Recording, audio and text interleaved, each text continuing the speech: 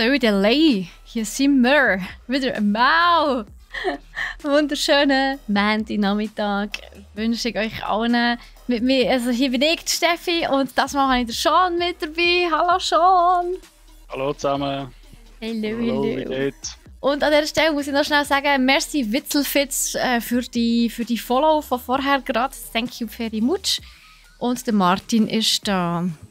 Er hat gerade eine komische Sache erlebt. Amazon Transporter nimmt seinen Sperrmüll mit, den er rausgestellt hat, obwohl der eigentlich heute abgeholt werden erst. Morgen. Ja, ist doch gut, wenn Amazon die Scheiß mitnimmt, oder? Ja.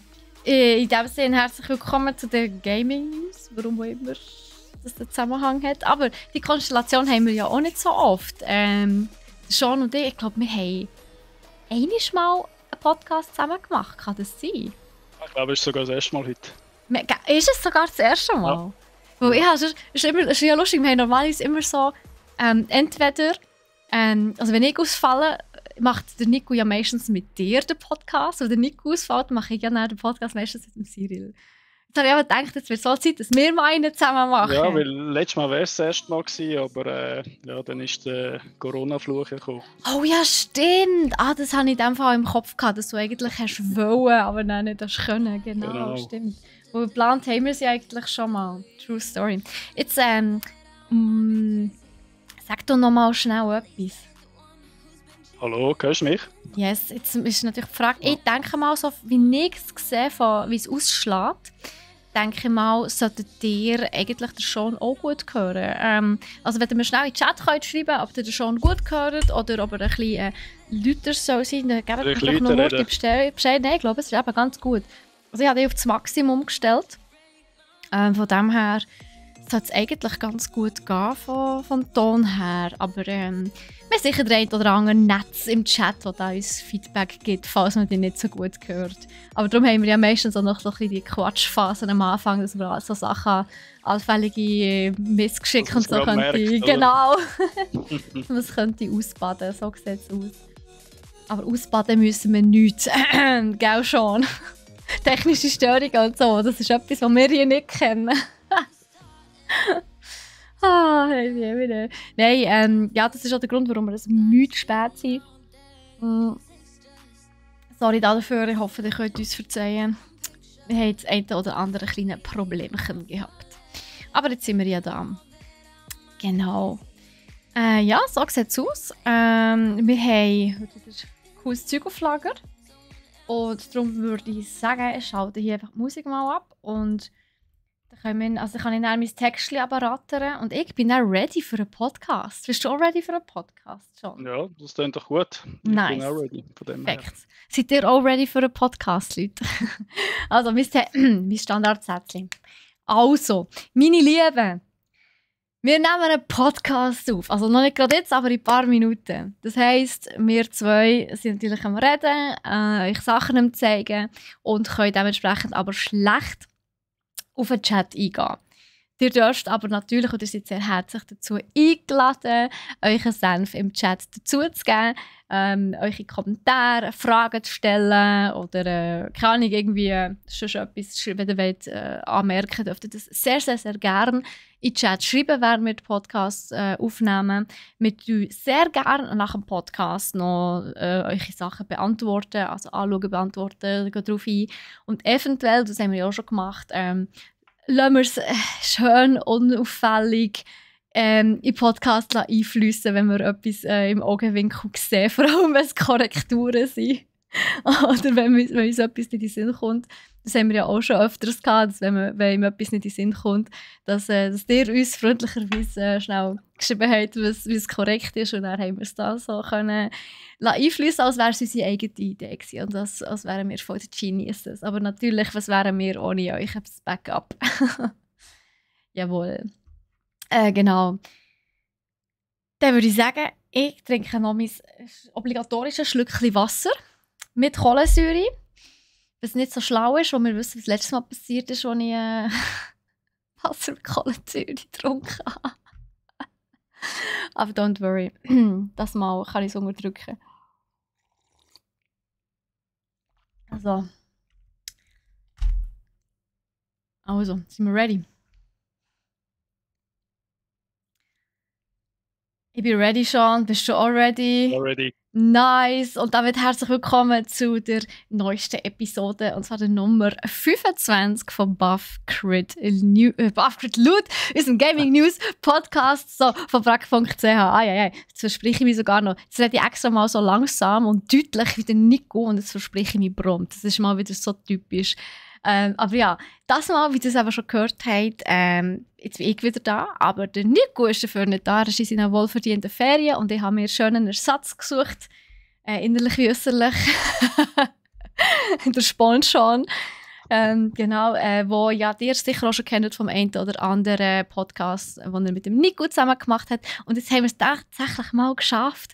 Zum ersten Mal sitzen der Sean und ich zusammen hier in diesem Podcast. Mega cool. Und der Sean, das müsst ihr wissen, hat genau am gleichen Tag angefangen hier zu arbeiten wie ich. Und zwar ist das... Ja, das ist korrekt.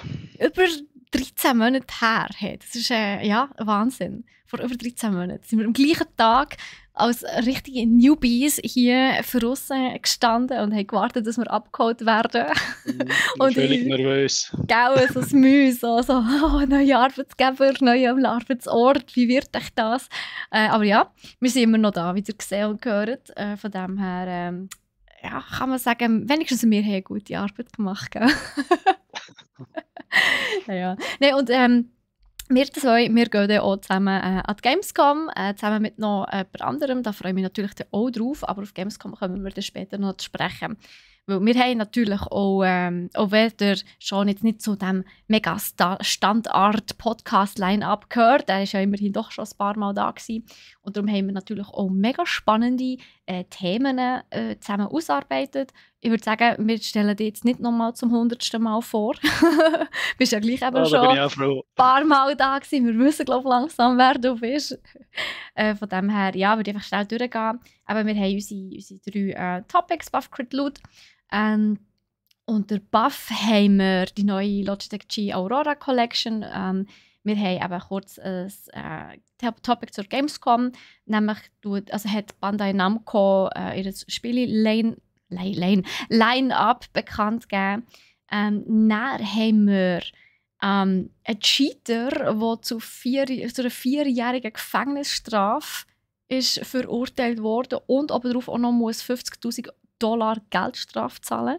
Und ja, ihr erfahrt nachher, warum wir das bei Buff drin haben und nicht bei Crit.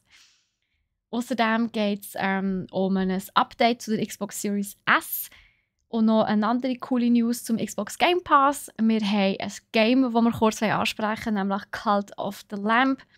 Und dann haben wir so ein Mittelthema, das wir nicht genau zuordnen können. Ob das jetzt etwas mega Cooles oder etwas Weirds ist.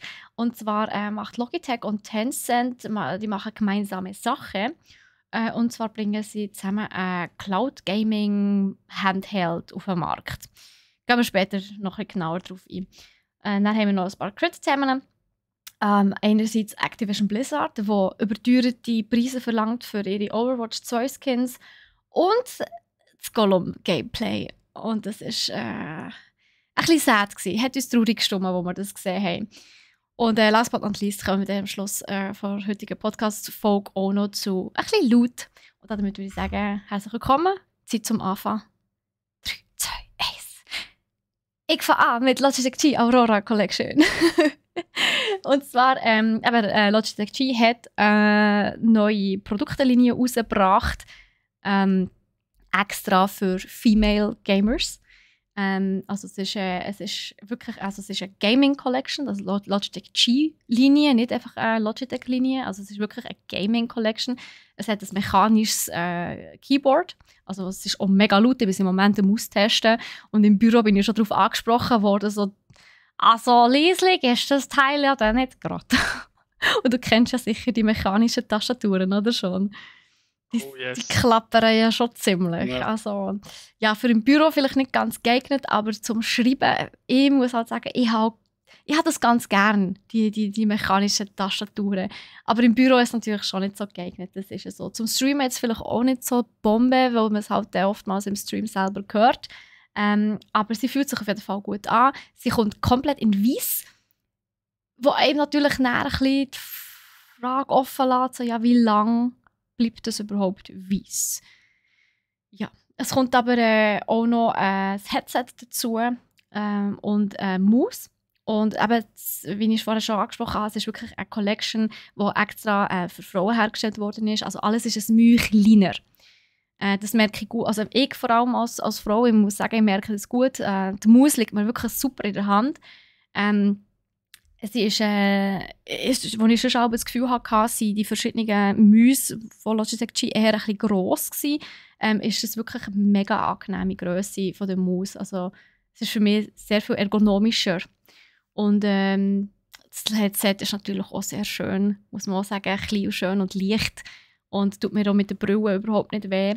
Und ja, einfach das wollte ich schnell kurz ansprechen, weil wir haben nämlich, also beziehungsweise ich habe eben die Kollektion bei mir im Büro. Ich bin die im Moment am Austesten und da wird dann sicher auch noch das eine oder andere auf uns zukommen. Also beziehungsweise ich werde ein Review schreiben, ich werde da ein bisschen genauer darauf schauen, was man da alles machen kann, was es alles für Gimmicks gibt. Die Tastatur ist tatsächlich eher relativ teuer, das muss man schon sagen. Man kann aber auch die Oberschale und die Keycaps tatsächlich austauschen. Es gibt verschiedene Farben. Das finde ich natürlich auch recht fancy. Aber da sind wir ja Fans davon. So individualisieren und farbig machen. Absolut, ja. Und natürlich hat es so eine schöne Beleuchtung mit verschiedenen Farben. Es kommt alles ein bisschen pastelliger daher. Also dort muss ich sagen, ich finde es zwar cool, dass man ein bisschen Rücksicht nimmt auf die körperlichen Benachteiligungen, sage ich jetzt mal, von Frauen. Es ist ja keine körperliche Benachteiligung, aber wir haben halt einfach ein bisschen kleinere Hände und ein bisschen kleinere Köpfe meistens als Männer. Und darum ist es ganz schön, mal ein bisschen etwas für uns zu haben, das unserem Körper entspricht, sage ich jetzt mal, so blöd, wie es eigentlich tönt. Einfach Zeug, das auf uns abgestimmt ist. Umso schöner habe ich es aber gefunden, weil es nicht nur in Weiss und Pastell hat gegeben, sondern halt auch in Schwarz. Also, ja, ich finde, wenn man schon eine Female Collection machen kann, kann man dort Rücksicht darauf nehmen, dass auch Frauen gerne schwarz haben. Aber ja, mehr dazu dann im Review, das ich dann schreibe. Genau, ja, das einfach kurz so ansprechen, weil neue Collections sind natürlich immer geil. Und vor allem, weil als Frau muss ich natürlich schon ein bisschen darauf aufmerksam machen, dass es da eine neue Collection gibt, die extra für Frauen ist, produziert wurde. Was sagst eigentlich du als Mann dazu? Das würde mich noch interessieren schon. Also ich habe es ja bei dir ja gesehen und optisch finde ich schon mal sehr ansprechend, vor allem die runde Form und ist, glaube ich, hochwertiger gemacht, oder? Es ist sehr hochwertig, genau, ja. Also es fühlt sich alles sehr hochwertig an, also qualitativ von den Materialien her. Was ich auch gut geil finde, die Verpackung, was daherkommt, ist alles Karton und Papier, alles. Sogar die kleinen Drähtchen, die Kabel zügselt sind, weißt, zusammenhaben. Wie heissen die jetzt? Kabelbinder. Also sie sind nicht Kabelbinder, aber sogar die sind, also klar, es hat ein Drähtchen drin, aber normalerweise das Drähtchen ist ja noch umfasst mit so einem Plastik meistens. Und bei Logitech ist sogar das aus Karton, also aus Papier. Das finde ich aber schon recht fancy, so die kleinen Details. Finde ich schon recht cool. Also, dass es mehr in die ökologische Richtung geht, total. Oder? Ja, das finde ich echt cool. Aber es kommt hier im Papier daher und nicht im Plastik. Und es sieht alles schon so mega hochwertig aus durch das. Ich finde es mega cool. Aber dass man ein bisschen Wert legt auf die Verpackung, dass nicht alles immer Plastik ist. Ja, es sieht recht aus wie jetzt die Tastatur selber und das Handrest sieht ja recht Lifestyle-mäßig aus. Voll, ja. Ja, sie gehen ja, glaube ich, da ein bisschen einen anderen Weg. Also ich finde, es sieht recht cool aus. Also es sind wirklich Gaming-Produkte, das muss man wirklich sagen. Aber ja, vom Style her ist es natürlich ein bisschen weiblicher, ein bisschen herzlicher, pastelliger, farbiger, aber so wie du gesagt hast, lifestyleiger. Aber wie findest du, wenn Produkte hergestellt werden extra für Frauen? Also dass man wirklich sagt, so, hey, das Gaming-Produkt ist jetzt extra für Frauen. Und das hat es ja in dem Sinn bis jetzt nie gegeben, dass man sagt, etwas ist nur für Männer oder etwas ist nur für Frauen. Ich finde, das macht ja durchaus Sinn, wenn man jetzt wie sagen wir, bin ja auch schon lange dabei und im Gaming-Bereich früher haben die ganz wenig, also meine Schwester hat ab und zu gespielt, aber auch nur, weil ich gespielt habe, gesagt, man soll mitspielen und heutzutage ist es wirklich so, dass viele Frauen spielen und ja, das merkst du selber ja auch an der Gamescom, wenn du dort gehst. Und, ja, wie lange bin ich jetzt schon dort? Gehe ja die Messe 10 Jahre oder mehr und du hast wirklich in diesem Zeitraum immer mehr Frauen gesehen. Mhm. Also der Zuwachs ist natürlich immens und dementsprechend ist ja auch das Interesse groß, dass man eine Peripherie hat für weibliche Personen. Voll. Hey, ich muss auch sagen, ich habe es recht cool gefunden. Und vor allem eben von der Grösse her, das macht eben schon einen Unterschied. Aber ja, Wie ist es denn eben, mit dem Kopfhörer? Ist das Band auch dann kleiner? ja, es ist auch kleiner. Es ist allgemein, alles ist irgendwie ein bisschen kleiner und zärtlicher, also ein bisschen zierlicher, sagen wir mal. Ein bisschen feiner, weißt du, auch optisch schon. Es ist nicht so klotzig. Aber es fühlt sich auch sehr angenehm an, muss man sagen. Es ist sehr, also vor allem das Headset, das ich jetzt probiere, im Moment ist es sehr leicht. Das ist natürlich mega angenehm, ja. Aber ja, mehr dazu im Review. Das kommt nämlich dann auch demnächst. Genau. Und jetzt, wir haben es ja schon angesprochen, Gamescom. Wir werden ja Genau. auch dort sein. Ich freue mich, by the way, schon mega. Und gleich, es hat ja schon mega viele Absagen gegeben.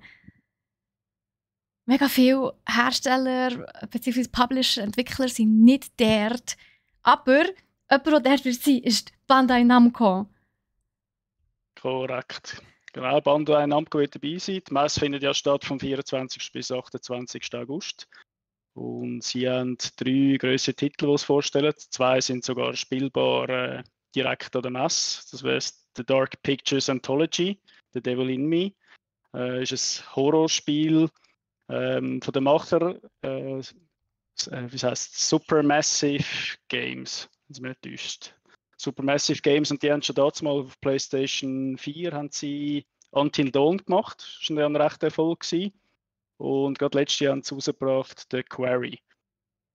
Und es sind ja eigentlich Spiele in dem Sinn, wo man ja, so ein bisschen wie ein Film abspielt und man die Spielgeschichte ja kann beeinflussen, indem man sagt, was die Figur, also wie die Figur soll interagieren.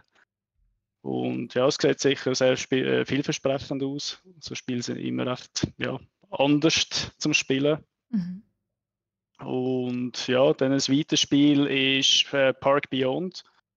All die jetzt das heißt Rollercoaster Tycoon. Oh mein Gott. Ja, das ist ja auch schon ein uraltes Spiel, das es ja in mehrfachen Ausführungen gibt. Und das Park Beyond ist sehr bunt. Also man sagt eben, es ist so voll so ein Themenpark kreieren auf Ecstasy. Auf Ecstasy? Was? Warum? Durch die Bahnen gumpen und flitzen und einfach alles ist super bunt. Das geht schon richtig, wie hat das geheißen? Es hat auch so ein lustiges Spiel gegeben am Anfang, Release von der Xbox One. Ich weiß jetzt aber nicht, wie es heisst. Es war mega bunt gewesen. Und es geht voll in die Richtung. Also das Einzige, was mir im Fall in den Sinn kommt, mega bunt, ist gerade Psychonauts. Aber ich glaube, du meinst ja, das, was du wie mit den Inline-Skates hast können, so grinden auf eigentlich fast auf alle Kanten von Gebäuden, von Stromleitungen. Nicht Jet Set Radio, aber es ist so in die Richtung gegangen. Okay. Da sind gewisse so, wie sagen wir, Comic-Stil gehabt, aber einfach super bunt. Ich glaube, ich habe irgendwie Bilder im Kopf, aber ich kann es nicht mehr einordnen. Aber ja, auf bunt und auf Drogen, okay. Why not? Crazy. Ja, es könnte noch ein lustiges, unterhaltendes Spiel werden. Mhm. Ja, und dann klassisch One Piece Odyssey. Oh. Kommt eine neue Fortsetzung, wird aber nicht anspielbar sein. Ah, schade. Aber wird sicher neues Gameplay geben. Also wir teilen es so auf, folgendermaßen: Du spielst das Horror-Game und ich spiele den Tycoon an. Ist gut? Ja, das klingt sehr vernünftig. Gut, weil ich und Horror ein schwieriges Thema, you know. Und übrigens, jetzt muss ich gleich schnell in den Chat schauen, sorry. Das Spiel, das du meinst, war auf der Xbox 360 und hat Jet Set Radio Future geheißen, anscheinend. Ist doch Jet Set? Okay. Ja, ist gut möglich. Merci vielmals. und alle, die jetzt den Podcast hören, die können das getrost ignorieren. Nein. Okay, cool. In dem Fall, okay, ich spiele dann den Tycoon an und ja, das Horror-Game überlasse ich dir, wo da kannst du Gift drauf nehmen, dass ich da einen grossen Bogen würde drum machen. Wir alle auf unsere Kosten in dem Fall. Perfekt, wunderbar, gute Aufteilung. Ich freue mich mega auf Gamescom. Hey, das ist schon in 2 Wochen im Fall. Musst man das reinsickern? Das ist schon jetzt eine Woche, es geht verdammt schnell. Krass. Ja, mehr dazu in dem Fall, also mehr zu der Gamescom generell. Ja, denke mal, nächste Woche werden wir noch ein bisschen drüber quatschen. Und ja, vor allem nach der Gamescom haben wir natürlich viel zu erzählen. Da kommen wir dann mit viel Eindrücken auf euch zu. Da gibt es dann eine Special-Sendung nur über Gamescom. Perfekt. Ja, und hoffentlich gibt es noch ein paar spannende neue Ankündigungen, wo man noch nichts davon weiss. Das wäre auch... ich hoffe es, ja. Wir schauen auch noch schnell ein Game an, das letztes Jahr an Gamescom ist vorgestellt wurde. Und das kommt jetzt dann nämlich gleich raus. Das waren da viele Leute auch schon ungeduldig. Und das ist natürlich immer so ein bisschen die Hoffnung, vor allem, wo im Moment so wahnsinnig viel, also das Jahr so wahnsinnig viel Publisher abgesagt haben. Also ich meine, nicht mal Nintendo ist der dann, oder? Also sie haben dermaßen viel abgesagt. Wir haben auch mal in irgendeiner Folge haben wir darüber geredet, wer alles nicht kommt. Ja, EA ist nicht dabei, Nintendo. Genau. Das geht nicht mehr im Kopf auswendig. Aber auch ganz viel kommen nicht. Ja. Und, aber dann hoffe ich natürlich schon, dass die da sind, wenigstens mit ein paar coolen neuen Überraschungsankündigungen kommen. Ja, eigentlich habe ich gehofft, dass wieder mal etwas Neues zu Breath of the Wild kommt, aber da Nintendo ja nicht dort ist, wird auch das leider nicht. Naja, ich habe Immortals Phoenix Rising. Mit dem kann ich mich sehr gut über Breath of the Wild, das nicht erscheint, hinweg trösten. Das ist super. Aber ja, wir haben noch ein anderes Game, das Open World ist und tatsächlich seit etwa 2 Jahren drei mindestens, recht gern gespielt wird. Das ist Genshin Impact. Genshin Impact hat sicher auch jeder schon mal von euch gehört. Das ist ein Zeitchen recht, ja, ich sage jetzt mal negativ in den Dings gsi, in den Schlagzeilen, weil Genshin Impact ist halt ein Gacha-Spiel. Das kennst du ja schon, oder weißt du, was Gacha ist? Nein, das sagen wir nicht. Das Gacha-Prinzip, das ist eigentlich so ein asiatisches Spielprinzip. Das ist eigentlich, du kannst In-Game-Währung zwar einerseits verdienen, aber natürlich auch zahlen. Also du kannst echt Geld reinstecken. Und dann kannst du hast In-Game wie so ein Wundertüten-Prinzip. Also du kannst, wie so Lootboxen, wo ich weiss, was drin ist. Und du kannst sagen, also eine Art Pay-to-Win-Art, oder wie? Ja, es hat kein PvP. Genshin Impact hat eigentlich kein PvP. Darum kannst du nicht in dem Sinn Pay-to-Win sagen. Es ist mehr also klar, je nachdem, du kannst die Figuren, aber auch Gegenstände so, ich sage jetzt mal, erwürfeln. Es ist eigentlich ein bisschen wie ein Glücksrad. Also je nachdem, du landest schnell halt und je nachdem kommst du einen Charakter über, der besser oder weniger ist. Jedes Mal, wo du drehen willst. Genau, so ungefähr so, ja. Ich habe selber nicht gespielt, aber es ist so ein bisschen auf dem es beruht ein bisschen auf dem Glücksspiel, oder? Dass du natürlich näher Geld ausgibst, jedes Mal, und du kannst nicht sagen, du willst diesen Charakter, sondern du kommst einfach random einen Charakter über. Und es gibt natürlich stärkere und weniger starke Charaktere und du willst natürlich die stärkeren. Und es ist natürlich in der Vergangenheit vorgekommen, dass gewisse, also vor allem Streamer, aber auch Nicht-Streamer, einfach normale Spieler, wahnsinnig viel Geld liegen. Aber es ist ja eigentlich ein Glücksspiel, wenn du so willst, oder? Und ja, durch das... Kreditkarte von Mami oder von Papi. Exakt, ja, exakt. Und aber kannst du dir natürlich vorstellen, dort, wo Glück involviert ist, da gibt es auch immer wieder Cheats. Und ja, so gibt es natürlich auch Leute, die so Cheats machen, beziehungsweise dann auch verkaufen. Und ja, sind wir ehrlich, das ist natürlich Cheating, oder? Also, ja, wenn du Cheat-Key kaufst, für irgendwie, keine Ahnung, ein paar Stutz, umgehst du natürlich die In-Game-Währung vom Game selber. Das heisst, die Game-Entwickler selber verdienen durch das natürlich weniger Geld. Also du kannst natürlich, also es gibt so Cheats wie zum Beispiel God-Mode, wo du unverwundbar bist oder so. Oder dass du alle Gegenstände besitzt oder so. Also zum Beispiel bei Sims ist das einzige Game, wo ich auch schon gecheatet habe. Also, das gebe ich offen zu. Bei Sims habe ich auch schon gecheatet, aber das war dann meistens, weil ich halt haben müssen austesten, was das Zeug alles kann für ein Review. Und da bleibt das teilweise fast gar nichts anderes übrig, als dir das Zeug einfach in die Tasche zu cheaten. Und die sind sehr, sehr einfach, die Cheats, die kosten noch nichts. Das kann eigentlich jeder machen. Das ist wie, eigentlich ist es mehr ein Feature. Das ist auch so, entweder du machst es oder du lässt es sein. Aber jetzt im Fall von Genshin Impact ist das natürlich eindeutig Betrug. Und jetzt sind tatsächlich 3 Leute verhaftet worden, wo Gaming-Cheats für Genshin Impact verkauft haben. Der Hauptverantwortliche, so der Leader von dieser kleinen Gruppe, hat, jetzt habt ihr fest, 4 Jahre Gefängnis bekommen. Plus $50.000 Buß. Sein Hauptkompliz hat immerhin 3 Jahre und 10 Monate Gefängnis bekommen und auch $50.000 Buß. Also praktisch gleich viel. Ja, die 2 Monate machen jetzt separat echt nicht mehr Face. Und dann haben sie noch einen dritten Helfer gehabt. Der kommt 1,5 Jahre rüber und $10.000 Buß. Also die meinen es wirklich ernst. Und darum, Leute, ich lege es euch wirklich ans Herz. Benutzt keine Cheats. Vor allem nicht, wenn sie kosten. Es kann euch wirklich cheesy reiten. Also seid euch selber lieb und benutzt keine Cheats. Ja. Vor allem nicht im E-Sports. Also, sobald es kompetitiv wird, ist natürlich der auch nicht mehr, also ist natürlich der Fairness und Sportiveness natürlich schon mal weg. Aber auch so, ihr seht es bei Genshin Impact, don't do that stuff. Don't do it. Also nicht spielen kein Genshin Impact, sondern benutzt keine Cheats. Oh, yeah. Hast du schon mal gecheatet? Schon, bist ehrlich.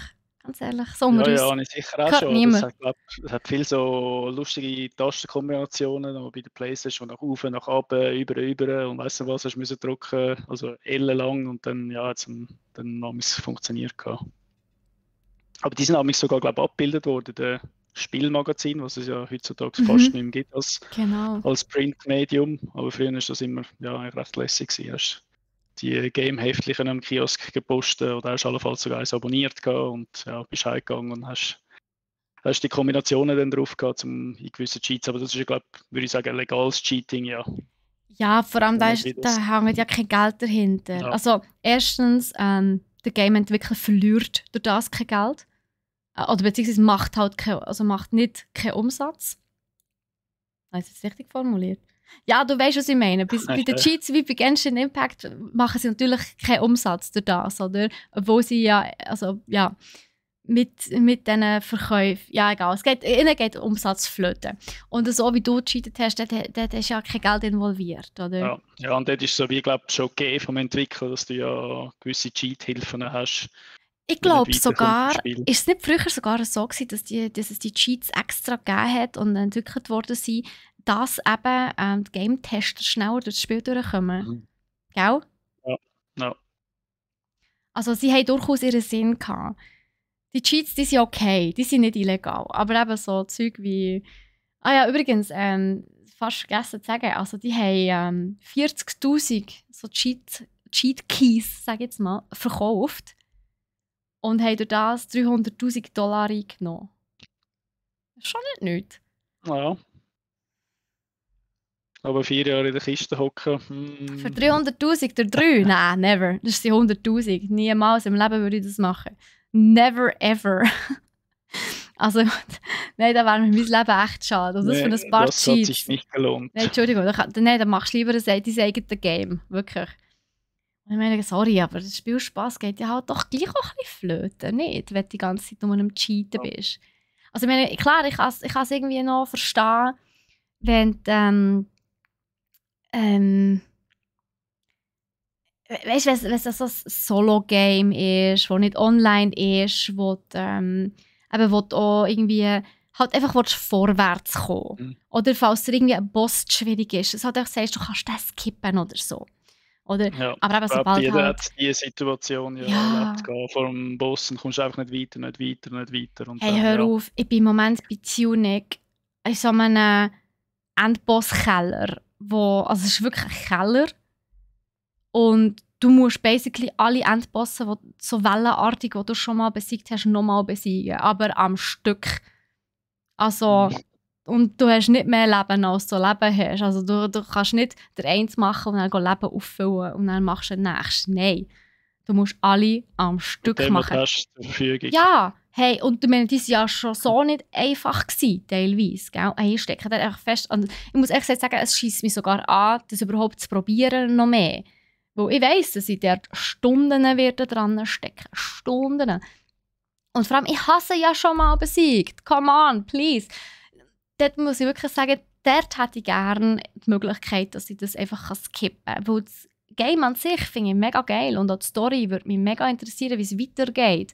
Ich würde es gerne weiterspielen, aber ich bin einfach zu wenig gut und ich habe auch nicht das Frustlevel, dass ich Bock habe drauf. Weißt du, was ich meine? Dass ich da jetzt 500 Mal sterbe, einfach wo ich die gleichen 6 Bosse nochmal muss besiegen muss, die ich schon hinter mir habe.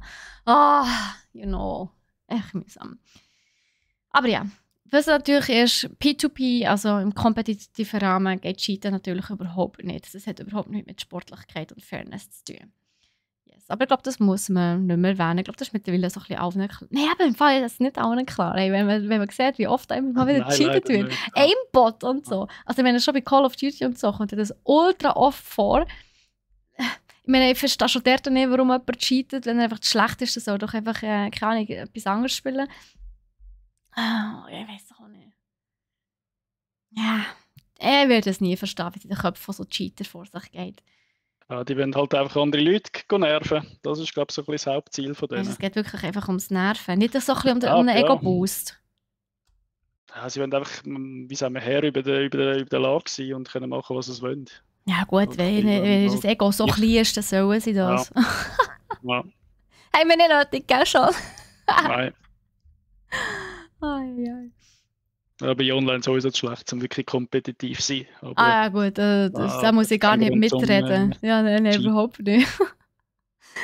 ja. Yes, apropos Boost.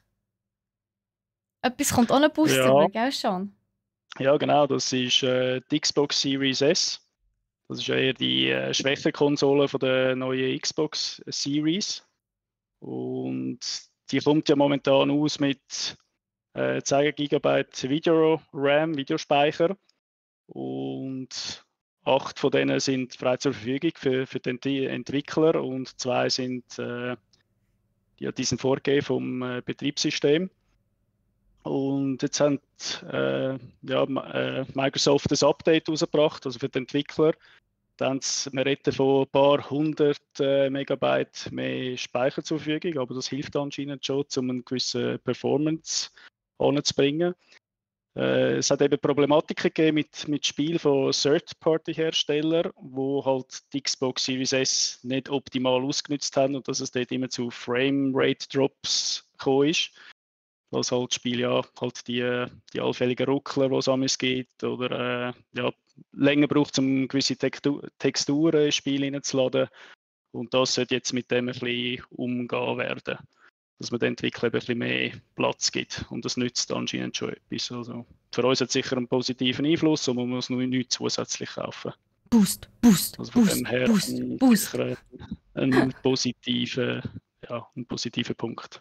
Also die Xbox Series S wird jetzt in dem Fall ein bisschen stärker. Genau. Ja. Nice.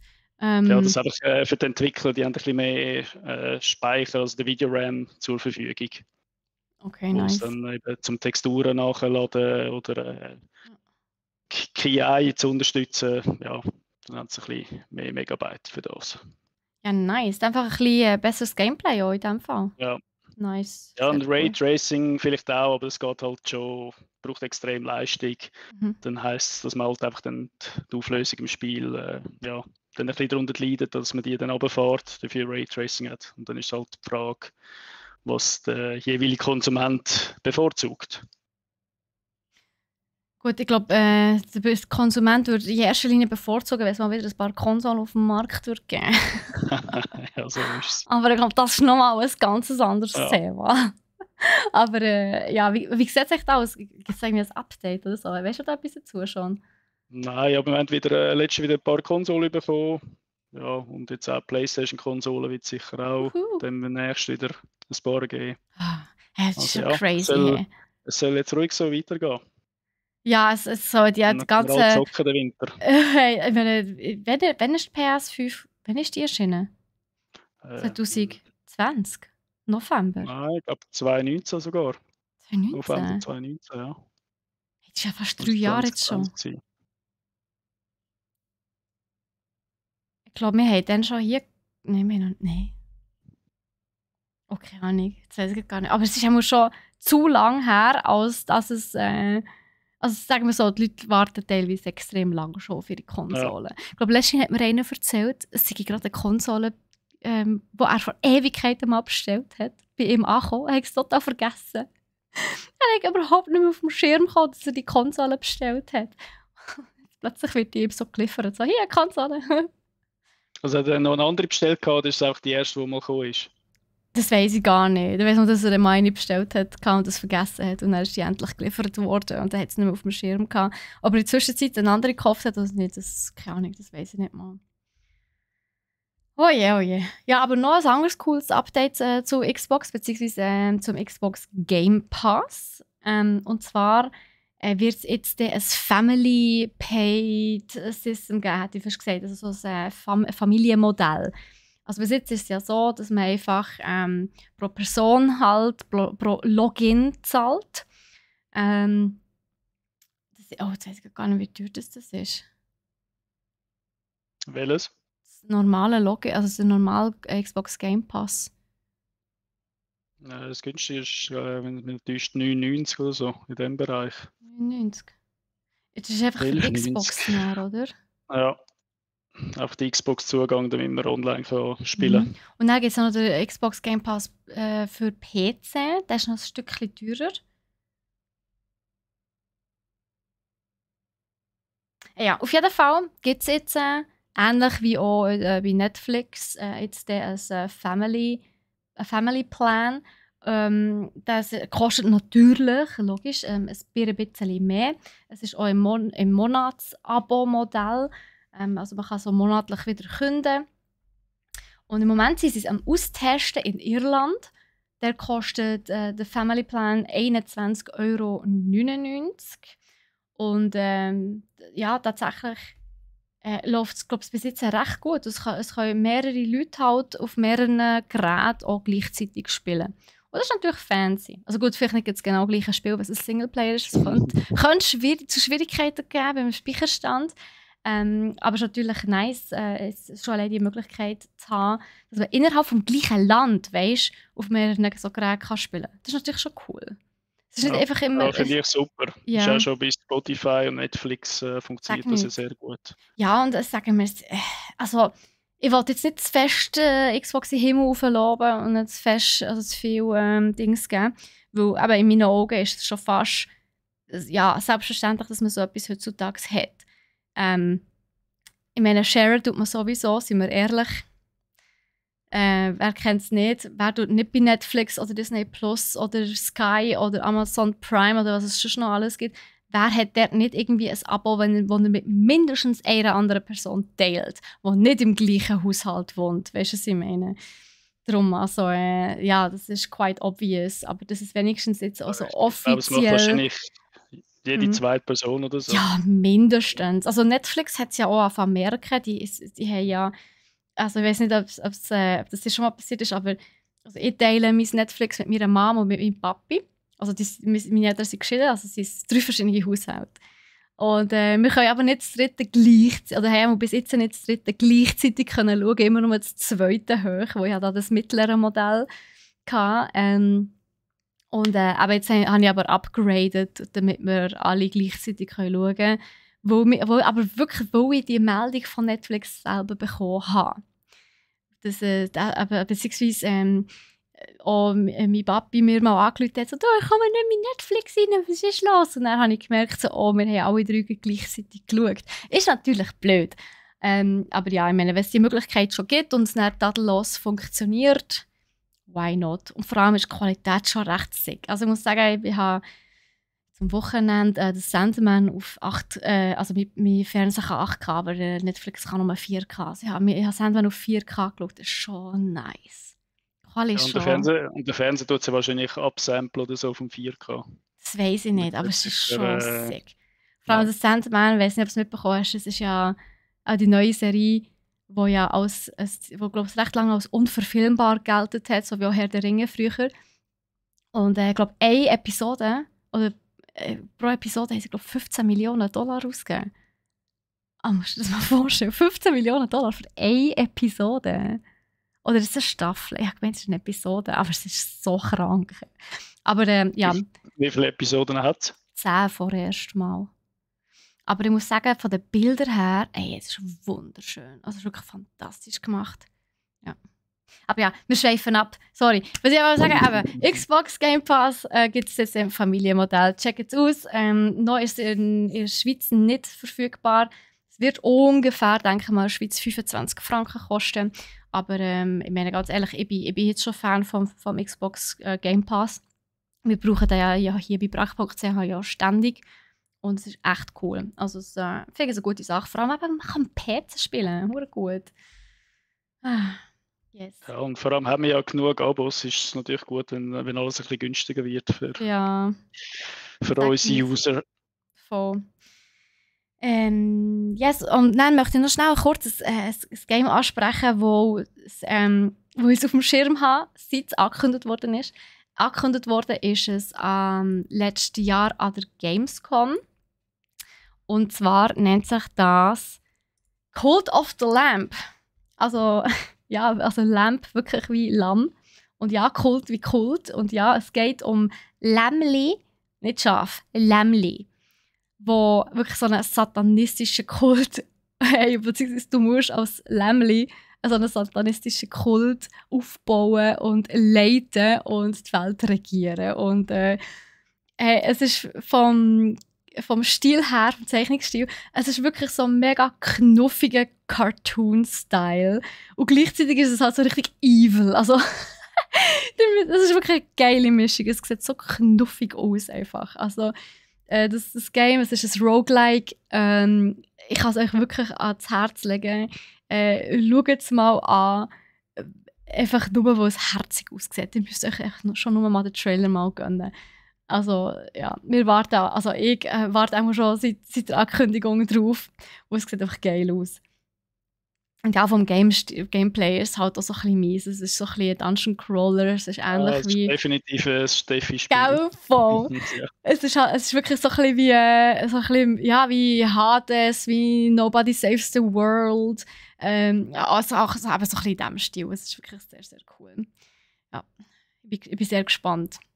Ich habe jetzt leider schon mich dazu entschieden, dass ich diesen Freitag im Stream nochmal Letters wieder spielen.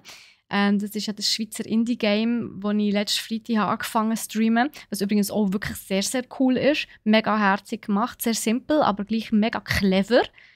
Aber das würde ich sicher auch mal streamen, weil es sieht echt fantastisch aus. Ja. Das wollte ich euch noch schnell ans Herz legen. Checkt es unbedingt aus. Ja, also ich muss sagen, ich bin ein bisschen Fan von diesem Game. Einfach wenn ich schon noch mal schaue, wie es aussieht. Yes. Und dann haben wir noch ein Thema, das wir nicht so ganz richtig haben können eingliedern. Oder wie siehst du es? Das ist das Logitech und Tencent ihre neue Cloud Gaming Handheld rausbringen. Ja, ich wüsste auch nicht genau, ob man das am gescheitsten unterordnet. Das Einzige, was ich kann sagen, ja, bin sehr gespannt drauf. Vor allem, wie es halt optisch aussieht. Also man weiß zu dem leider noch gar nichts, dass das Logitech mit Tencent zusammenspannt. Und Tencent, wenn das niemandem etwas sagt, das ist ein Milliardenunternehmen, so asiatisch. Aus China kommt das genau. Die Richtung, genau, vergleichbar mit Alibaba oder so. Also die sind wirklich riesig. Die sind anscheinend damals gross geworden mit einem ICQ, hat sogar den ähnlichen Namen gehabt. Echt? Oh lol, ja, okay. Aber dann sind sie natürlich angeklagt worden, haben sie es umbenennen. Und ja, die im 2020 haben 75 Milliarden Umsatz gemacht. Das sind richtig gross. Und vor allem im Gaming-Bereich sind die, ja, kann man sagen, richtig dick am Mitmischen. Die haben Beteiligungen bei Activision Blizzard, Epic Games, Riot Games zu 100%. Dann sind sogar bei Spotify und Tesla noch drin. Ubisoft haben es gerade irgendwie vor einer Woche oder so nicht gelesen gehabt, die Anteile erhöht. Jesus. Also im Gaming-Bereich sind die fett dabei. Also ja, das muss man schon sagen. Tencent, die haben überall ihre Finger im Spiel, wenn es um Gaming geht. Also wirklich global haben die ihre Fühler ausgestreckt. Und ich glaube sogar Tencent, wenn ich es recht im Kopf habe, ist das, glaube ich, die Firma, die haben auch eine eigene Bank, also in China, die haben eine eigene Bank, die haben ein eigenes Messaging-System und mit dem können sie natürlich alles miteinander verknüpfen. Also du kannst mit dem Messaging-System auch zahlen und shoppen und natürlich ist es dann auch in Games eingebunden etc. Also das ist eine hohe Wirtschaft. Das kann sehr gut sein, ja. Das gehört, ich glaube, es ist die Firma, denen gehört wirklich fast die halbe Welt. Mittlerweile ist es einfach ein bisschen erschreckend. Aber ja. Ja, und Logitech kennen wir als Schweizer Brand. Also da könnte etwas recht Spannendes rauskommen. Also ich bin sehr gespannt, was es da rausbringt. Mhm. Man weiss leider noch nicht wahnsinnig viel mehr darüber.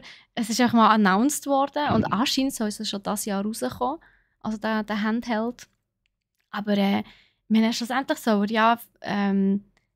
also schlussendlich machen sie ja, glaube ich, für Xbox Cloud Gaming und Nvidia Cloud Gaming. Ja. Genau. Und da werden sie sicher noch selber eine eigene Plattform aufbauen, vermute ich mal. Aber sind wir ehrlich, wenn es für Xbox Cloud Gaming unter anderem gemacht wird extra, dann kann er ja nicht sehr viel Angst daherkommen als ein Xbox-Controller, findest du nicht? Also, außer du bist wirklich extrem fantasielos, aber ich meine, in meinen Augen alle Controller sehen plus minus ähnlich aus. Außer PS, wo natürlich wieder mal komplett auf Konzept ist. Das Rad kann man sicher nicht neu erfinden. Nee. Die das Rad neu erfunden haben, waren damals Nintendo, die sie die Wii U rausgebracht haben. Wo du ja ein halbes Laptop in der Hand hast zum Steuern. Aber ja. Ja, aber also, wir können es nicht so ganz einschätzen, ob wir das mega cool finden oder mega beschissen. Ich glaube, der Nico hat es definitiv bei Crit eingeführt, also da. Ich bin mir da nicht so ganz sicher, ich meine, es kann immer cool werden. Ich meine, es gibt auch schon diverse Marken, die Controller herstellen oder Drittanbieter. Logitech ist natürlich technisch wahnsinnig gut. Mit ihrem Superlight-System haben die natürlich mega geile Produkte, die super schnell reagieren. Darum haben ja ganz viele E-Sportler Logitech-Geräte. Und darum, es kann natürlich etwas wahnsinnig Geiles werden. Aber ich glaube, das müssen wir effektiv einfach mal abwarten und austesten. Oder zumindest mal die ersten Berichterstattungen lesen und schauen, bevor wir da gross darüber urteilen können. Ich bin auch mal gespannt. Definitiv. Yes, aber jetzt sind wir definitiv bei Crit angekommen, Leute. Aber apropos, ihr dürft natürlich auch wahnsinnig gerne eure Meinung bei uns im Discord reinschreiben. Wir haben ja einen Discord-Server von brack.ch. Ihr dürft dort wahnsinnig gerne in den Diskussionen euren Senf dazugeben, falls ihr das jetzt im Podcast hört. Und ja, wir würden uns sehr freuen, wenn ihr dort ein bisschen mitredet. Und dann können wir auch ein bisschen eure Meinungen so ein bisschen aufgreifen das nächste Mal, wenn wir wieder darüber berichten. Das wäre super. Merci. Yes, und jetzt eben, definitiv, Crit. Und zwar, gut, sagen wir so, es geht ja um Overwatch 2. Und Activision Blizzard und Overwatch 2 sind ja immer mal wieder bei uns im Crit auftaucht. Also, Entschuldigung, ist eigentlich überhaupt nichts Neues, dass jetzt mal wieder einer ist bei uns hier im Crit-Bereich auftauchen, in der Crit-Section. Folgendes. Overwatch 2 wird ja im Gegensatz zu Overwatch 1 Free-to-Play von Anfang an. Was natürlich bedeutet, also logisch, es bleibt eigentlich nichts anderes übrig, wenn man so ein bisschen schaut, wenn man verfolgt, wie so die Entwicklung von der Games in den letzten paar Jahren war, merkt man einfach, dass so Multiplayer-Games immer dann wahnsinnig abgehen und gut funktionieren, wenn sie Free-to-Play sind. Aber irgendwie muss natürlich der Publisher und der Entwickler Geld machen und das passiert halt durch Ingame-Käufe. Gut, das wissen wir alles, nichts Neues. Hat bei Fortnite wunderbar funktioniert, wie man gesehen hat. Die machen jeden Tag Millionen Dollar Umsatz. Ist auch eigentlich klar, dass Activision Blizzard da mitmischen will. Jetzt haben die aber ein bisschen Umfragen gemacht in der Community, um ein bisschen abzutesten und abzutasten, wie viel dort die Leute würden für so einen Skin ausgeben. Und die Leute hat die Preise gefallen. $50 für einen einzigen Skin. Sie haben wirklich die Community gefragt, würdet ihr $50 für so einen Legenden-Skin ausgeben? Sean, würdest du 50 Stutz für einen Skin ausgeben? Ja, fix. Was? Ernsthaft? Willst du dich verarschen? Für Nein. nur einen Skin? Nicht mal den Charakter, nur den Skin? Ja, Nein. ich muss mich outen, bei Call of Duty habe ich genau einen einzigen Skin gekauft und das haben wir schon, das war erst nach einem Jahr, als ich den gekauft habe. Weil sonst gebe ich ungern Geld aus für so Zeugs, aber es war halt ein lustiger Skin gewesen. Aber 45 Hammer, 50 Hammer, no way. Aber du hast es gemacht. Ja, aber das war glaube ich 9 Franken gewesen, aber...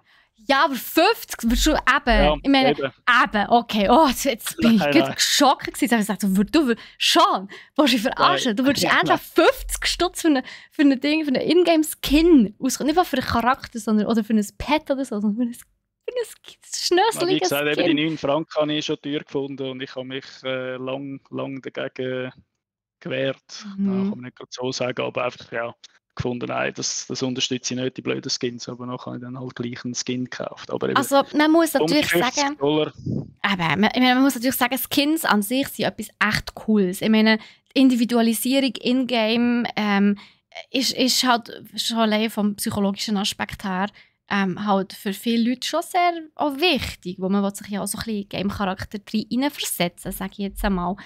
Und von dem her kann ich es natürlich absolut nachvollziehen, dass dass viele Leute das Bedürfnis haben, auch ihr eigenes Kind zu haben und so weiter. Das habe ich ja auch. Ich habe auch schon Geld ausgegeben für Skins.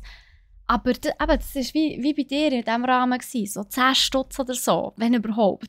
Ich habe auch schon bei League of Legends Champions gekauft und ich habe auch schon Season Passes gekauft und so weiter für Free-to-Play-Artikel. Ja, klar. Ich meine, bei Fortnite, ich spiele kein Fortnite, darum kann ich es nicht genau sagen. Das ist einfach mal das, was ich im Kopf habe. Kostet Skins ja teilweise auch bis zu 20 oder 25 Stutz. Aber 45 Hammer. Ja, Du das siehst, Geld auch schon ein abgesetztes Spiel. ja, und du siehst ja das Skin nicht einmal. Also bei du Overwatch siehst nicht. 2, nein, bei Overwatch 2, du siehst das Skin ja nicht einmal. Also ich meine, es Also gibt nur ja... du selber siehst oder Mitspieler? nein, nur die Mitspieler gesehen. Du selber siehst ihn nicht. Du selber siehst ja nur deine Waffe. Es ist ja First-Person-Shooter. Oder? Also, ich meine, da hat es eine echte Zirne geschneit. Also, es tut mir ja leid. Also, für etwas, was man selber nicht einmal... Also, nur bei Endpose, wenn du verloren und gewonnen hast und bei Charakter-Selection siehst du das Skin. Aber sonst siehst du ihn ja nicht. Es gibt ja auch noch so Waffenskins und so Anhänger für die Waffen. Und die Anhängerli für die Waffen, die dann da so lustig rumbaumeln, die sollten anscheinend $10 kosten. Also, sorry. Da siehst du wenigstens einen Waffenskin, der ich glaube 20 Stutz kostet. Da siehst du wenigstens auch, weißt du. Aber Mamma mia. Ich meine, schon bei Valorant habe ich mir so an den Kopf gelenkt, wo sie mit den Preisen rausgekommen sind für ihre Waffenskins. Aber dort hast du wenigstens ein ganzes Arsenal an Waffen. Also alle Waffen haben dann so einen Skin bekommen. Aber dort hast du, glaube ich, wirklich zum Teil fast 100 Stutz ausgegeben. Dafür haben alle deine Waffen den gleichen Skin gehabt. Aber das sind wirklich so Limited Editions. Ganz am Anfang war das so, weißt du. Halt für Sammler und so. Da kann ich schon, irgendwie... Aber ein einziges Skin. Ja, der Anreiz wird halt geschaffen und es gibt viele, die gerne das Zeug sammeln und kaufen. Und Ich meine, Ja, aber solange das die Leute mitmachen, dann ja, wird es so bleiben. gut, der Aufschrei war gross. Der Aufschrei war gross. Ja, alle so, ist Ja, das so verstehe ich, genommen? weil Ja. schlussendlich, also ich weiß ja nicht, für den Entwickler ist das wahrscheinlich nicht so ein riesen Mehraufwand, verschiedene Skins zu entwickeln, weil du hast ja irgendwie wie etwas vorgegeben und Mhm. du musst es einfach anpassen. Ja, ganz oft sind sie ja einfach anders eingefärbt, sind wir Mhm. mal. Gut, so eine Legende, also ein Legendary Skin sieht natürlich schon immer recht fancy aus. Aber gleich, also 50 Stutz ist doch komplett überrissen. Also sorry, 20 ist in meinen Augen so das höchste der Gefühle, die ich ausgeben für einen Skin. Ich meine, wenn man bedenkt, dass Overwatch 1, wo man das hat kaufen konnte, nicht mal so teuer war. Also ich weiß nicht, es hat glaube ich 39,90 gekostet oder so etwas. Also, please. Oder ja, auf jeden Fall. Nein, mir hat es fast gestraussen, als ich die Preise gesehen habe. Ich dachte so, hey, Jungs, also sorry, jetzt müsst ihr bremsen. Und ja, Overwatch, also Activision Blizzard hat sich ja diesbezüglich in den letzten paar Monaten immer mal wieder Feldtritt geleistet, auch mit Diablo Immortals und so, gell? Also, hast du ja mitbekommen, was dort abgegangen ist? Das ist ja ganz schlimm. Ja, sie setzen sich anscheinend gerne den Nesseln aus. Ja, ich frage mich, wer bei ihnen die Entscheidungen fällt. Wo schlau ist anders. Ja. Ja, also in meinen Augen definitiv Fail der Woche. Ich finde, das haben sie sich mal wieder verdient. Ja. Aber ja, das ist auch noch ein schönes Thema. Ja, das ist das Gollum-Gameplay. Man hat ja leider noch nicht so viel gesehen und es ist ja schon, hat schon mehrmals ein Ankündigungsdatum gehabt. Und jetzt wäre es eigentlich auf den 1. September gekommen. Jetzt ist es mittlerweile schon wieder verschoben worden. Ich persönlich, also sagen, ist ja nichts Außergewöhnliches. Ja, Und in dem heutzutage muss man schon Sinn, oft damit rechnen. Ja, das ist ja, so. genau. Und mittlerweile ist es so, ich sage lieber, hey, bringe das fertiges Spiel raus auf den Markt, wo die Leute auch spielen können, wo halt auch funktioniert. Und nicht einfach zu schnell auf den Markt gerührt wird, weil einfach die Aktionäre, Also meinst du so wie bei Cyberpunk? Genau, ja. Wie bei Cyberpunk. Nein, weil man das Gameplay schon ein bisschen gesehen hat und also mir ist schon vor allem aufgefallen, halt grafisch für eigentlich Next Gen ist es jetzt nicht unbedingt der Oberkracher. Also sieht schon ein bisschen altbacken aus und auch die Animationen von den Bewegungen. Also da hoffe ich schon, dass es da noch einen Feinschliff gibt. Und es ist halt ein kleines Entwicklerstudio, wo das Spiel macht. Das ist Daedalic. Hoffentlich habe ich es richtig ausgesprochen. Das ist ein deutsches Entwicklerstudio. Die haben schon Deponia! ja, genau, Deponia Ja, ist eines von ihnen fantastisch bekannten gewesen. Titeln gewesen und das schwarze Auge. Ja, genau. Von dieser Welt haben sie auch mehrere Titel rausgebracht, wo sie ja, sagen wir mal, für ein deutsches Entwicklerstudio recht erfolgreich unterwegs gewesen sind. Und ich Total. denke, die Exos haben zwar noch kein neues Release-Datum angegeben, aber es ist davon auszugehen, im nächsten Jahr, also Anfangsjahr nach dem ganzen Weihnachtsgeschäft. Dann sind auch weniger Konkurrenztitel rum und dann hat es noch ein bisschen Zeit, um dem Spiel ein bisschen Feinschliff zu geben. Ja, Und also. hoffentlich, dass dann, weil Herr der Ringe, Gollum ist natürlich schon ein Riesenname, dass sie da dementsprechend auch ein gutes und fertiges Spiel auf den Markt bringen. Mhm. Gut, das hat man ja gemerkt, dass den Leuten das halt wirklich auch wichtig geworden ist, dass sie ihre fertigen Games bekommen. Also spätestens seit Cyberpunk wollen die Leute ein fertiges Game und nicht mehr so ein Desaster wie bei Cyberpunk damals. Darum, ich sage dann immer so ein bisschen Cyberpunk-Effekt. Aber ja, bei Gollum hat es mich wirklich, ist mir auch extrem negativ eingefahren. Also, die Landschaft und so sieht zwar schön aus, aber also die Grafik der Figuren, das ist wirklich so ein bisschen N64 schon fast Style, weißt du, was ich meine? Ja, das muss definitiv überarbeitet werden. Auch Texturen, wenn sie, also zum Beispiel im Trailer, wenn du anschaust, dann ist es relativ, sagen wir mal, matt, flach. Ja, und auch Dings. Tiefe. Genau, und auch so die Steine, Felsen, sehen gar nicht wirklich wie Felsen aus. Ja, das ist ganz, ganz komisch, ja. Aber ja, dort muss man natürlich auch sagen, wenn man schaut, was der Delig bis jetzt aber so für Games rausgelassen hat, ich habe viel von ihnen gespielt, aber sie hat wirklich mehr so im Cartoon-Style gewesen und halt meistens so ein bisschen Point-and-Click-Adventures hauptsächlich. Also da haben sie sich jetzt wirklich einen grossen Fisch geangelt, beziehungsweise probieren, den in den Topf zu schmeißen. Genau, weil es geht ja da wirklich eigentlich um einen Triple-A-Titel und da müssen sie jetzt schon noch Gas geben. Ja, da haben sie sich vielleicht sogar fast ein Mühe übernommen. Aber hoffen wir, dass sie sich nochmal gut Zeit lassen, vor allem. Also, aber ich glaube, da sind wir uns auch alle einig, sie sollen sich lieber Zeit lassen und dafür es richtig geil machen. Und dann kommt es halt raus, wenn es rauskommt. Das Einzige, was da natürlich ihnen im Weg stehen ist der Entwickler, der Publisher. Genau, ist natürlich noch cool, oder? Ich weiß es nicht genau im Fall. Aber wenn die natürlich Geld sehen, sage ich jetzt einmal, und meistens sind es ja wirklich die Publisher, die Druck machen, dass ein Game veröffentlicht wird und nicht der Entwickler. Ist noch cool. Ist noch cool, okay. Ja, und die sind eigentlich schon recht Gas umgehen. Es ist ein französischer Publisher. Okay. Also ich kann mir gut vorstellen, dass die gesagt haben, hey, wir hauen da noch mal ein bisschen Geld rein für eine bessere Entwicklung. Dass es wirklich ein grosser Titel wird. Und nicht ein Rohrkrepierer. Also ich glaube auch für den Publisher interessant. Das Game ist ja an sich schon sehr nischig. Das muss man natürlich auch sehen. Also klar, mega viele Leute haben Herr der Ringe mega gefeiert, logisch. Aber das Game, ich meine, erstens spielst du natürlich aus der Perspektive von Gollum. Schon das ist eher nischig. Zweitens, du kämpfst gar nicht wirklich, sondern es ist ja basically ein Stealth-Game. Also du schleichst so viel wie möglich.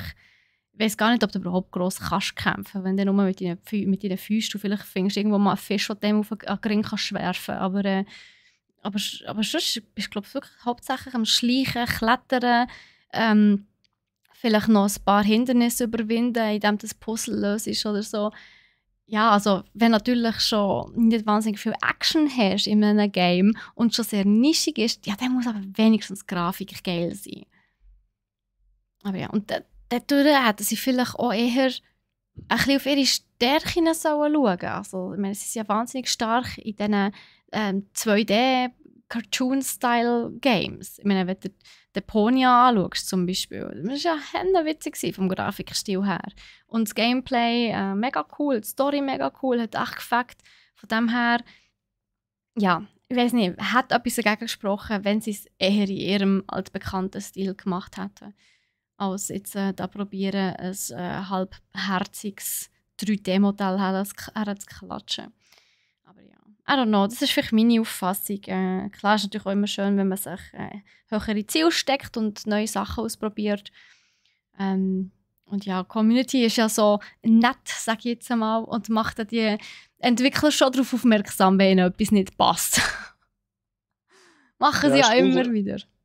Hast du das Spiel gekannt? Das heisst Of Orcs and Men. Nein. Das geht so auch ein bisschen in die Richtung, wo du so ein bisschen stealth-mässig unterwegs bist als Orc. Okay. Nein, das einzige Game, das ich habe, das stealthig ist Styx. Heisst das, glaube ich, STYX. Das ist ein Game, wo du auch so eine halb... spielst du so eine Mischung zwischen... Ja, das ist sogar der Nachfolger. Ist das? Okay, witzig. Und ich glaube, das Studio, Cyanide, oder wie das Cyanide, wo aufgekauft worden ist, oder die Leute davon sind jetzt eben bei Nakun. Darum ist wahrscheinlich auch die Idee entsprungen. Okay, fair enough, ja. Also das ist jetzt nur, das muss jetzt nicht stimmen, aber ich glaube, es könnte den Background haben. Also gefährliches Halbwissen. Aber ja. Aber das Spiel hast du auch gespielt, in dem Fall, Styx. Ich muss zugeben, ich habe es gekauft, aber ich habe es nie gespielt. Es schaut mir immer wieder so vorwurfsvoll aus meiner überfüllten Steam-Bibliothek an. Aber ich glaube, unter all diesen Hunderten von nie gespielten Games fühlt es sich gut aufgehoben. Ja, ich habe es mal ein paar Stunden gespielt, das ist noch lustig. Aber, schon, hast du es gut gefunden? Ja, mal stealthy unterwegs sein. Sonst bin ich auch immer am Rumballern und von dem her... Ich eben gar nicht, ich bin schon immer stealthy unterwegs. Ich bin jemand, wenn ich kann, dann probiere ich mich wirklich an den Sachen vorbeizuschleichen und möglichst nicht viel Aufmerksamkeit auf mich zu richten. Also vielleicht wäre ich genau die richtige Zielgruppe für das Spiel, aber ich glaube, das ist ja wirklich keine Herausforderung mehr, wenn es so musst machen, weißt du, was ich meine? Aber ja. Ja, so viel dazu. Also Gollum wird nochmal verschoben und denke mal, ja, frühestens Anfangs nächstes Jahr hören wir wieder mal von denen und dann schauen wir dann, wie es dann aussieht. Man hofft und wünscht es natürlich schon, dass es gut kommt, dass sie die Grafik nochmal überarbeiten können und dass es dann der Fan-Community auch gefällt. Ja, dann würde ich sagen, warten wir noch, bis wir uns das Game kaufen. Bis dann können wir uns noch ganz viel anderes Loot anschaffen. Auch ältere Sachen. Sachen da sehr raus. Sagen wir nicht, jetzt gegen Herbst wieder wird es wieder richtig voll. Aber das ist so typisch. Jetzt ist wieder, weißt so, jetzt kommt wieder nichts, es ist Sommer, es ist Sommerloch, es ist kein grosses AAA-Game kommt raus jetzt im Moment. Aber eben, am 11.8., das ist ein Donnerstag, glaube ich, oder? Ja genau, ein Donnerstag kommt Cult of the Lamb. Also das ist schon mal ein Anfang.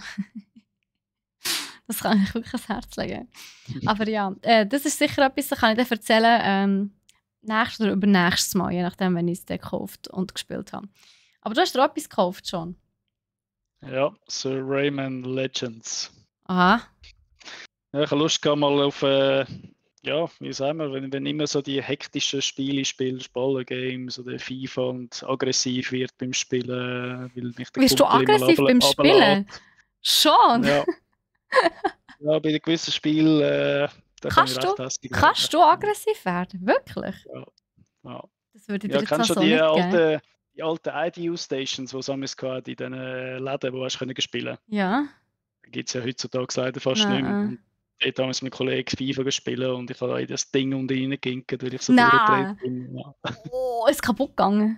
Nein, aber mein Fuß hat verdammt weh da. Also das Ding ist nicht kaputt gegangen, aber die Fuß ist kaputt gegangen, schon immer gut. Nein, und halt Call of Duty und da bist halt immer so mega auf, ja, also angespannt, oder? Die Pumpe ist immer schön am Schrauben. Und dann habe ich gefunden, hey, jetzt wollte ich mal etwas so ein bisschen, ja, Chilliges und Buntes und Angenehmes und ja, für das ist super so ein Jump'n'Run. Findest du Jump'n'Runs chillig?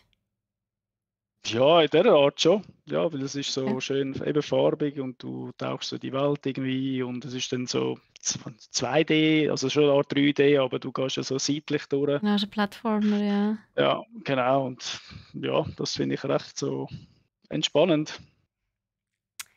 Also wenn ich an Ori denke, ist es alles andere als entspannt. Oder Hollow Knight oder so.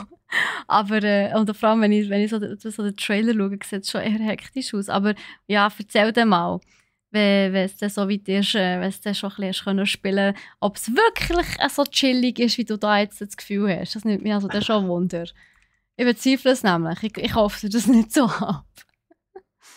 Aber da kriegt man mit anderen Spielen schon angenehmer. Nee, du würdest lieber so etwas spielen wie ich. Ich habe nämlich ja vorletztens, das habe ich ja sicher schon 2-mal erzählt, habe ich ja Immortal Phoenix Rising gekauft. Und also das ist chillig. Und ich warte ja, wie viele auch wissen, immer noch auf irgendwelche News, Updates, Leaks, Gerüchte, whatever, über Breath of the Wild 2, also das Sequel. Und da kommt ja wirklich einfach literally nichts.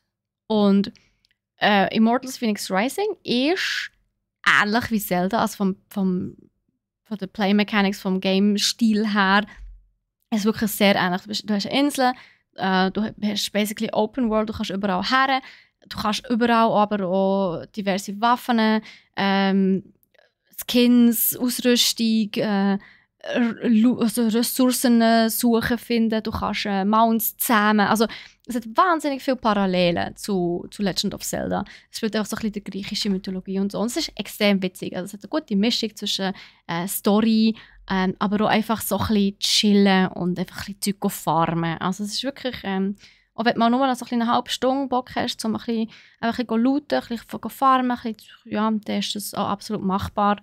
Aber du kannst auch hardcore kämpfen. Das ist eine mega geile Mischung. Das finde ich echt cool. Und ja, da bin ich jetzt in letzter Zeit ein bisschen am Spielen. Und ich habe mir das ja bewusst noch ein zweites Mal gekauft. Ich habe sie eigentlich auf dem PC mir gekauft, bei Epic Games. Aber wo ich halt nicht immer Bock habe nach dem Arbeiten, auch nochmal am PC ein bisschen zu gamen oder am Wochenende extra zum Gamen nochmal wieder den PC anzulassen, ist natürlich jetzt auf der Switch, wo ich mir es gekauft habe, schon extrem entspannend. Ja, du kannst natürlich sogar im Bett spielen. Ja gut, ich habe keinen Fernseher im Schlafzimmer, aber theoretisch ja. Nein, aber auf der Switch meine ich, oder? Aha, Das ist so, einfach ja, stimmt, ja, ich könnte auch die Switch mit ins Bett nehmen. Oder unterwegs, einfach im Zug oder so. Das ist natürlich echt cool. Und, Ja, bei Yves hat's mir, von unserem Team hat es mir ja auch schon empfohlen. wirklich? Also ja, Ah, muss cool. vielleicht wirklich mal kaufen, Switch. Ja, also es ist ja im Moment recht... Ah, die Switch oder das Game? Switch habe ich, aber das Game. Ah, also das Game kann wirklich... Es ist ja überall im Moment abgeschrieben. Und es ist echt cool. Also ich muss wirklich sagen, es ist... auch das Ding ist, die Gegner, also... die Gegner sind mal einfacher und mal schwieriger. Und es gibt wirklich solche, die extrem schwer sind. Und du hast aber halt, ja, die Möglichkeit, zum eben überall auf der Welt Truhen zu finden oder halt Quests und so zu machen, die dir auch wieder Loot geben, du kannst dir deine Ausrüstung nach verbessern und deine Ausdauer und deine Kraft sozusagen updaten. Und durch das kommst du näher halt zu einem späteren Zeitpunkt wieder zu dem Gegner zurück und der ist dann wie ja, nicht mehr so schwierig oder halt sogar kein Problem mehr. Und das fängt natürlich schon. Und je nach Ausrüstung hast du auch verschiedene Stats und so und das fängt schon. Das ist schon geil, muss ich schon sagen. Also ich spiele es echt gern. Ja. Aber ja, ich glaube, ich habe es schon so oft von dem Wie lange hast du es dann bis du durchgespielt hast? Oder ich glaube im Fall, es ist ein recht langes Spiel. Also ich habe jetzt sogar etwa 25 Stunden. Aber ich kann darauf wetten, dass ich etwa 20% erst habe. Aber ich bin auch sehr ordentlich. Ich probiere wirklich alles zu farmen. Und durch das habe ich zum Teil auch einzelne... Genau, durch das habe ich natürlich auch einzelne Challenges mal ein bisschen länger. Wo ich halt ums Verrecken die Challenge jetzt schaffen und ich halt vielleicht noch nicht ganz so 100% gut ausgerüstet bin für das. Also dann probiere ich es halt 50 Mal, bis ich es schaffe. Und ja, aber es ist sehr, sehr abwechslungsreich. Also ich kann es echt ans Herz legen. Ja, mir gefällt es wahnsinnig gut. Ja, und alle, die wirklich ja, ungeduldig auf Zelda warten oder allgemein gerne so ähnliche Games haben, denen kann ich es wirklich alle empfehlen. Es ist wirklich fantastisch. Und so ein bisschen mit der griechischen Mythologie und die Götter, die immer am Tratschen sind, es ist wirklich witzig. Ja. So viel dazu. Und der grafische Unterschied jetzt zu der PC-Version oder zu der Switch? Also, ja, das Einzige ist, es ist ja so ein comicartiger Stil. Es ist jetzt nicht so eine mega realistische Grafik. Von dem her fällt es jetzt nicht wahnsinnig auf. Das Einzige, was du merkst, ist, dass, dass es ab und zu halt nicht so weit im Voraus, sage ich jetzt mal, rastert. Also, ladet, weißt du, dass die Texturen nicht so schön laden. Dass sie ein bisschen länger haben. Und ja, die Switch ist natürlich nicht ganz so leistungsstark wie mein Gaming-PC. Durch das laden natürlich Texturen ein bisschen länger zusammen. Aber sonst ist es voll easy. Also, ja, kann ich mich echt nicht beklagen. Ja. Yes! So schaut es aus. So, dann wären wir eigentlich schon am Ende von unserem Podcast angekommen, Episode Nummer 25. Merci vielmals schon, bist du da gewesen. Ja, sehr gerne. Und merci vielmals an euch, dass ihr zugelassen habt und zugeschaut, die auf Twitch sind. Wir würden uns natürlich sehr freuen darüber, wenn ihr unserem Podcast ein paar Sternchen würdet geben, wenn ihr uns würdet bewerten, am besten natürlich mit 5 Sternen. Und kommt doch auf Discord vorbei, zum Austauschen. Und dann sehen und hören wir uns in einer Woche. Ciao zusammen. Tschüss zusammen. Und jetzt einfach nicht offline gehen, schon. Super Sache, cool. Ja, das sind wir hier eigentlich durch. Du hast sicher noch gesehen. Erstens, merci vielmals Polly McTravish für die Follow während dem Podcast. Wir waren ja eben gerade am Aufnehmen gewesen, darum hast du das wahrscheinlich, ich habe dir gewunken, ich weiss nicht, ob du es gesehen hast.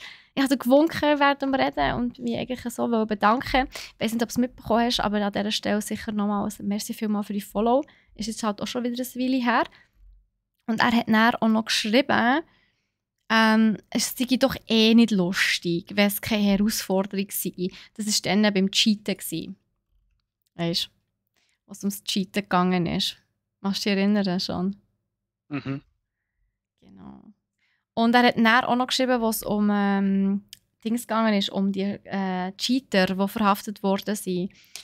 Und auch da hat er natürlich absolut recht, das habe ich gar nicht wirklich gedacht. Wir haben ja erzählt, eben, dass sie 300'000 Dollar Umsatz, also dass sie 300'000 Dollar Umsatz gemacht haben mit diesen 40'000 Cheat Keys, die sie haben verkauft. Aber jeder hat ja 50'000 Dollar noch Buß müssen, also nicht die ersten, so die zwei wichtigeren, sage ich jetzt einmal, haben ja auch noch 50'000 Dollar Buß müssen zahlen. Also von diesen 100'000, die sie eingenommen haben, haben sie die Hälfte wieder abgeben pro Nase. Das ist natürlich schon übel. Auf 4 Jahre verteilt, ja. Da bleibt nicht viel übrig. Hei. Und der Nico ist jetzt auch noch gerade eingetrudelt. Hoi Nico, wie geht's dir? Du hast Ferien, Mann, das machst du hier. Nein, wir sind natürlich immer happy, wenn du da bist. Das freut uns.